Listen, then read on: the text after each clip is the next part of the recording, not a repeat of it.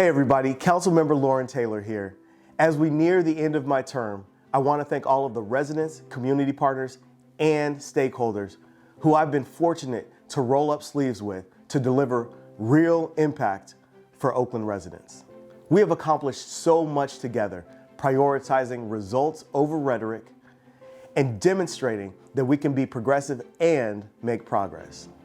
I am excited to bring to you highlights of our past 4 years in 4-ish minutes.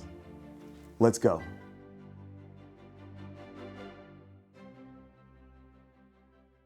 First, let's talk public safety.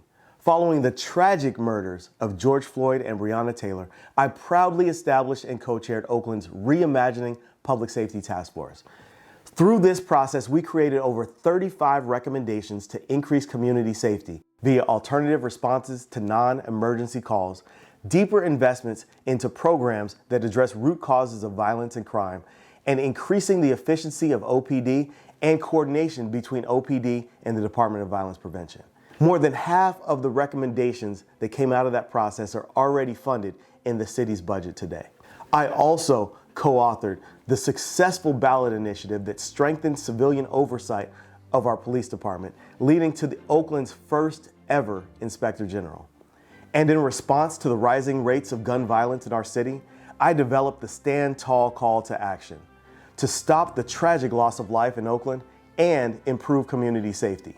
We're doing that by reducing unanswered emergency calls, addressing the inequities in 911 response, and increasing the percentage of violent crimes that are being solved in our city. This call to action is already being answered with targeted investments, including the deployment of 48 new officers into East Oakland patrols, as well as 2 additional police academies that are being rolled out in 2022.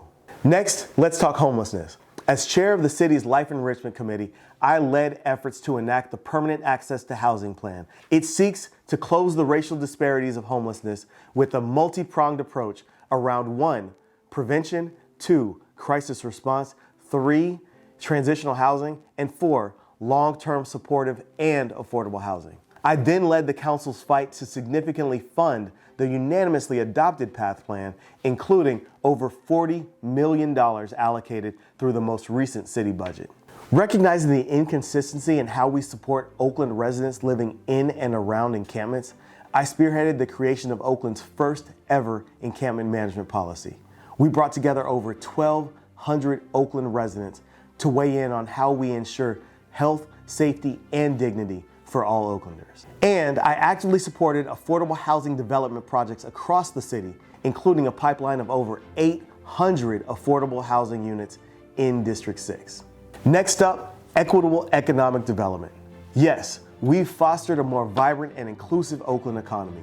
In the midst of the pandemic, in partnership with the Peralta Community Colleges, I launched ESO Ventures, through which we are nurturing entrepreneurs from historically disadvantaged communities, providing the confidence, the competence, and the capital that they need to succeed. This includes using $8 million that we were able to secure from the state budget, going directly to these businesses. Thank you, Senator Nancy Skinner, for your partnership. I also authored the local business empowerment through contracting legislation that addresses race and gender disparities in city contracting. We secured over $1 million in contractor development programs and added 3 new FTE positions to improve certification processing and compliance monitoring. Also, in partnership with the Black Cultural Zone Collaborative, we established Liberation Park and the Acoma Market at the formerly vacant, weed-infested, and litter-filled lot at the corner of 73rd and Foothill. It is now an urban oasis, an outdoor dining and retail venue featuring local East Oakland businesses and a community hub with cultural performances, hot meal distribution, COVID-19 testing, and a community ambassador program.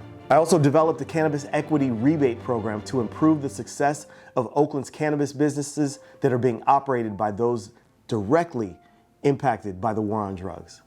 I led the community engagement efforts for a historic guaranteed income pilot program, which is putting $6 million directly into the pockets of Oakland families with no strings attached. And lastly, to improve the health and well-being of Oakland residents, I work with city, county, and community partners to ensure that Oakland is taking care of its own throughout the COVID pandemic, addressing the disproportionate impact of the virus on communities of color. I also envisioned and secured funding for the Saba Grocers Initiative, which established the food supply chain infrastructure that helps small immigrant businesses employ economies of scale, and also provides financial support to Oaklanders so that they can access healthy foods in their neighborhoods. I promoted fitness and exercise through support and activation of new park improvements, including the new outdoor gym at Arroyo Viejo Park and the basketball and soccer courts at Concordia.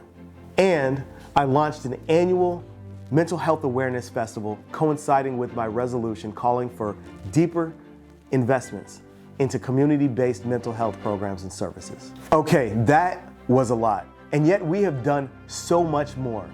These are just a few of my favorite and proudest accomplishments over the past few years. Again, my office could not have done all of this without you. I look forward to continued collaboration as we address Oakland's toughest challenges and take advantage of the amazing opportunities that are coming our way. Let's continue the momentum and keep moving Oakland forward.